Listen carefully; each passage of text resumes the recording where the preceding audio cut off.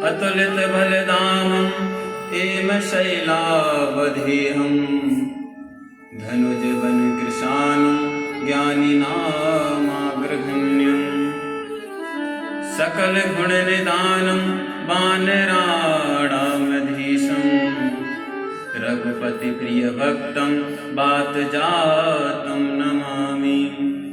रघुपति प्रिय भक्तं बात जातं नमामि। बोली वृंदावन बिहारी लाल की, बोली कृष्ण कन्हैया लाल की, बोली श्रीमद्भागवत महापुराण की जय जय श्री राधे श्याम। परम मंगल में परात्पर अखिलेश्वर अकारण करुणा वर्णालय भक्तवांचा कृपतरु भगवान श्री राधा रमण लाल जी की अहेतु की कृपा एवं सद्गुरुदेव भगवान के अनुग्रह अनुकंपा से आज हम सभी को इस कलयुग के कलुषित वातावरण में भी भगवान की दिव्य कथा सुधार पान करने का ऐसा सुंदर अवसर प्राप्त हो रहा है। निश्चित ही भगवान की हम सभी के ऊपर विशेष कृपा है, क्योंकि इस जीव के भगवत कृपा के द्वारा उनके संचित पुण्यों का उदय होता है। और पुण्य भी थोड़े बहुत नहीं, जन्म जन्मांतर कल्प कल्पांतर और युग युगांतर के जो हमारे संचित पुण्य एकत्रित होते हैं, और जब वह भगवत कृपा के द्वारा हमारे संचित पुण्य उदय होते हैं, तब जाकर हमें ऐसा सुंदर अवसर प्राप्त होता है। तो आइए हम सभी मिलकर षष्ठम दिवस की कथा में प्रवेश करते हैं। एक दिन की बात सुनो। नंद बाबा नियम पूर्वक एकादशी का व्रत किया करते थे, पर एक बार क्या हुआ, एक बार नंद बाबा एकादशी के दिन नंद बाबा को रात्रि में एक भ्रम हो गया कि रात्रि हो गई। नंद बाबा रात्रि में ही यमुना स्नान के लिए चले गए। एकादश्यां निराहारः समभ्यर्च जनार्दनं स्नातुं नन्दस्तकालिन्द्या द्वादश्यां जलमाविशत्। क्योंकि नंद बाबा ब्रह्म मुहूर्त में उठकर नित्य ही यमुना स्नान के लिए जाया करते थे। उस दिन नंद बाबा को रात्रि में एक भ्रम हो गया कि भोर हो गई, और नंद बाबा रात्रि में ही यमुना स्नान के लिए चले गए। पर किसी भी विशेष पर्व के अतिरिक्त हमें किसी नदी या जलाशय में रात्रि के समय स्नान नहीं करना चाहिए, क्योंकि उस समय जलाधिदेव वरुण देवता उस समय विश्राम करते हैं, शयन करते हैं। ऐसा करने से वरुण देवता का अपमान माना जाता है। और आज जैसे ही नंद बाबा ने यमुना जी के जल में प्रवेश किया, तो तुरंत वरुण देवता के दूतों ने नंद बाबा को वरुण पास में बांध दिया, और बांधकर नंद बाबा को वरुण लोक में ले जाकर पटक दिया। पर इधर जब ज्यादा देर हो गई और नंद बाबा लौटकर वापस नहीं आए, तो जो ग्वाल वाल नंद बाबा के संग में गए हुए थे, उन्हें बड़ी चिंता होने लगी कि अभी तक नंद बाबा जल से बाहर क्यों ना आए। तो तुरंत दौड़े दौड़े इस बात की सूचना कन्हैया को देते हैं कि कन्हैया आए तो गायब हो गया, नंद बाबा जल से बाहर ही ना आए। इतना सुनते ही कन्हैया सब समझ गए, और तुरंत कन्हैया यमुना जी में छलांग लगाकर सीधा वरुण लोक में पहुंच गए, जहां पर नंद बाबा बंधे हुए खड़े थे। पर जैसे ही वरुण देवता ने कन्हैया का दर्शन किया,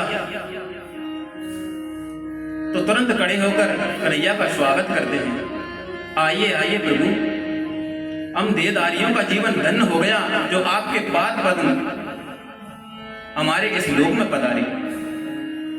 कहिए प्रभु, ये अचानक आज आपका कैसे आना हुआ? कन्हैया ने कहा, वाह, मेरा तो स्वागत कर रहे हो और मेरे पिताजी को अपने वरुण पास से बांध कर खड़ा कर रखा है। इतना सुना कि नंद बाबा श्री कृष्ण के पिता हैं, तो वरुण देवता हाथ जोड़कर पूछते हैं, प्रभु आपके पिता? कन्हैया ने इशारा करते हुए कहा, हाँ, ये नंद बाबा मेरे पिता हैं और तुमने इन्हें बांधने का दुस्साहस किया।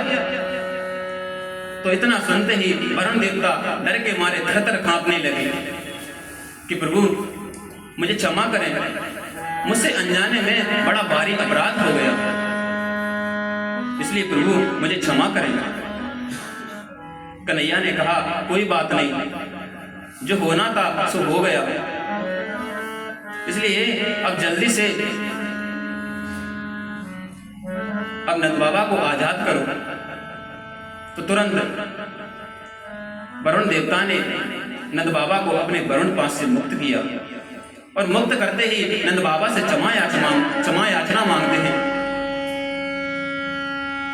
कि कृपया करके मुझसे अनजाने में बड़ा भारी अपराध हो गया, इसलिए मुझे क्षमा करें।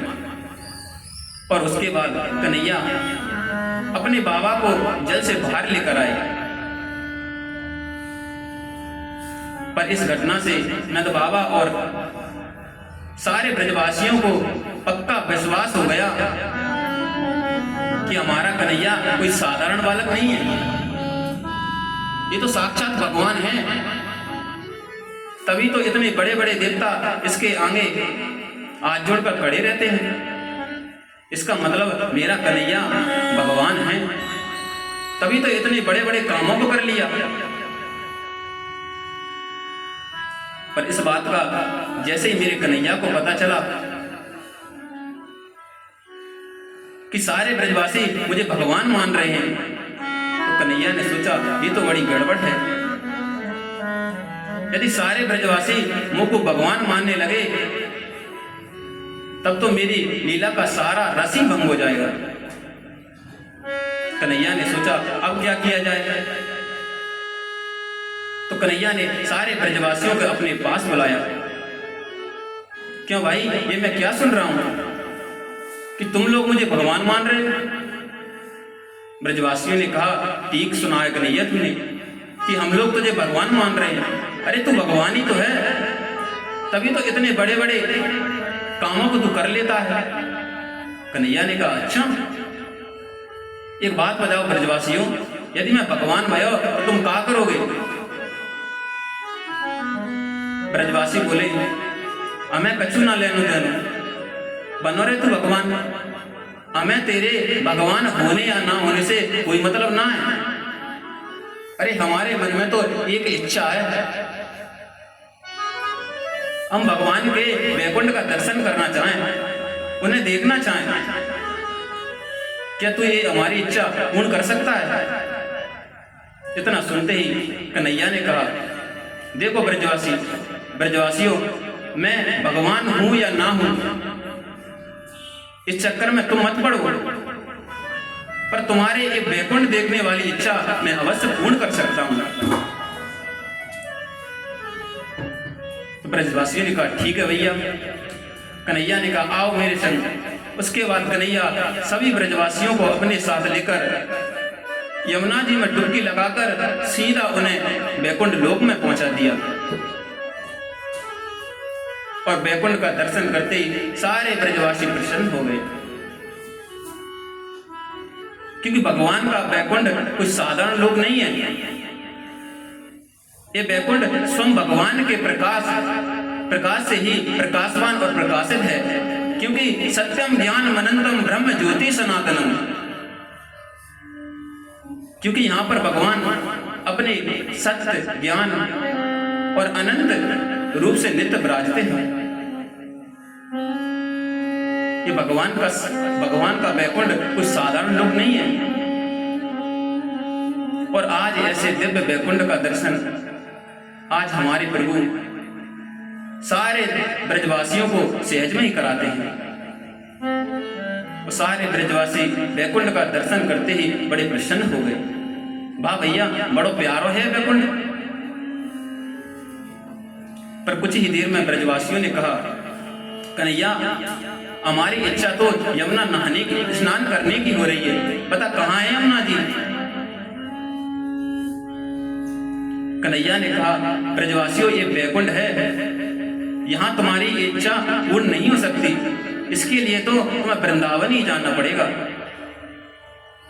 ब्रजवासियों ने कहा, चलो कोई बात नहीं, पर कन्हैया यहाँ को कदम का वृक्ष कहाँ है जिसकी छाया में हम तेरे साथ खेलो करें।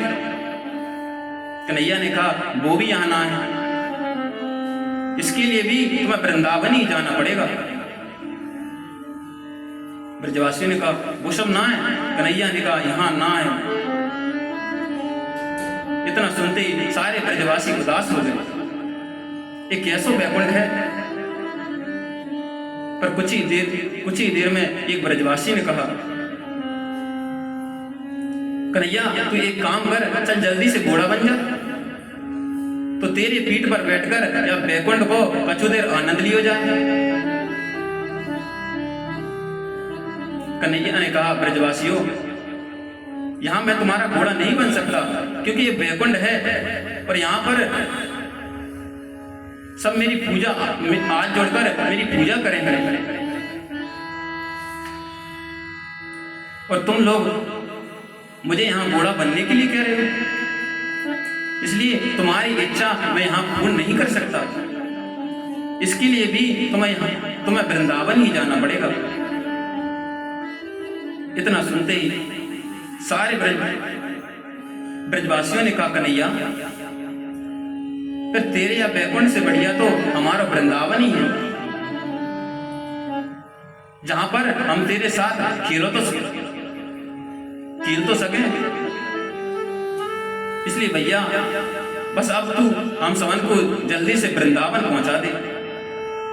और जैसे ही सारे ब्रजवासियों के मन में ये भाव आया कि हमें वृंदावन जाना है, तो तुरंत सब अपने आप को वृंदावन में ही पाते हैं। और वृंदावन का दर्शन करते ही सारे ब्रजवासी आनंदित हो गए। बोले वृंदावन बिहारी लाल की।